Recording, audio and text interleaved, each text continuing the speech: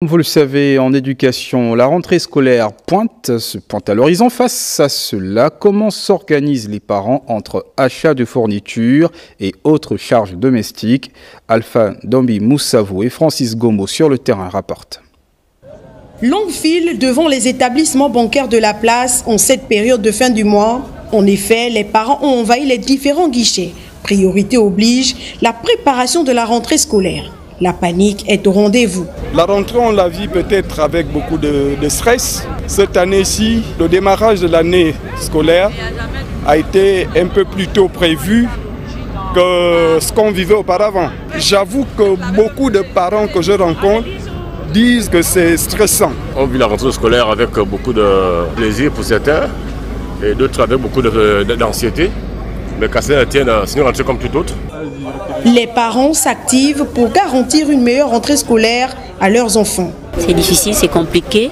On essaye un peu de joindre les deux bouts. Bon, là, je suis dans le cas de la bourse de l'enfant. Si je peux récupérer la bourse pour essayer d'acheter certaines choses. Il est question de préparatifs depuis la fin de l'année. C'est quelque chose que nous connaissions depuis. Que dès que l'année s'achève, il faut déjà commencer à voir qu'est-ce qu'il faut faire, mettre déjà un peu les pannes, que cela ne puisse pas nous surprendre en fait. Si on a 3-4 enfants, il faut commencer à voir qu'est-ce qu'il faut faire pour les 3 enfants. Et si les 3 enfants ne sont pas totalement satisfaits, alors voir la prochaine fin du mois pour que tout soit dans l'ordre. Les prix de plus en plus à la hausse, les préparatifs de cette nouvelle année académique s'avèrent être une fois de plus difficiles compte tenu de différents revenus de chacun. L'heure est au compte d'apothicaire.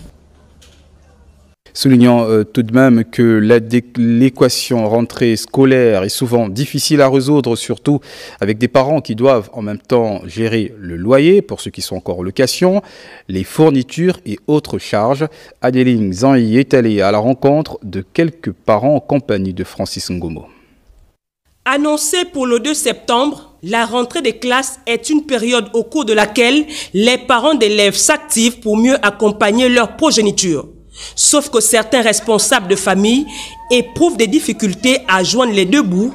Entre payer le loyer et les fournitures scolaires, le choix est parfois difficile. Par rapport aux fournitures scolaires, ce serait un peu chaud pour nous en tant que parents parce que nous sommes des locataires. Il faut associer, nous avons des familles nombreuses, 5 à 6 gosses. Donc vraiment, c'est tellement brusque pour nous. Pour cette bailleresse, il n'y a pas de choix à faire. Son loyer d'abord.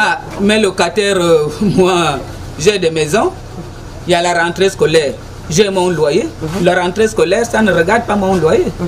On me donne mon loyer. Moi aussi, j'ai des enfants qui doivent aller à l'école. Par contre, d'autres sont plus conciliants et compréhensifs. On peut être compréhensible de temps en temps, mais ce n'est pas tout le temps. Mais là, comme c'est la rentrée scolaire, quelqu'un peut me dire que j'attends un peu.